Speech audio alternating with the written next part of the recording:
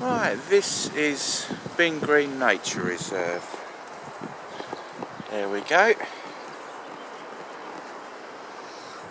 Oh, let's get around here. It's beautiful. Plants, funguses, there's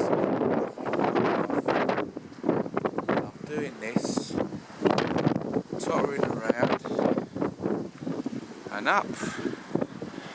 In this area there is actually mountain hares. Now this here, that's the spot where there's peregrine falcons. They actually nest up on that ridge up there,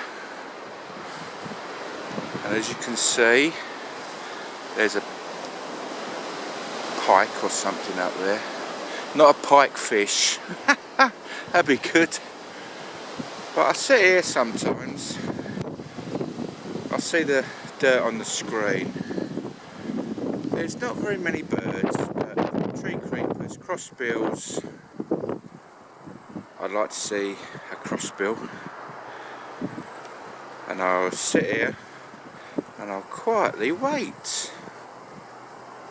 But there's crossbills come here quite often, and they feed on these trees. Oh, there's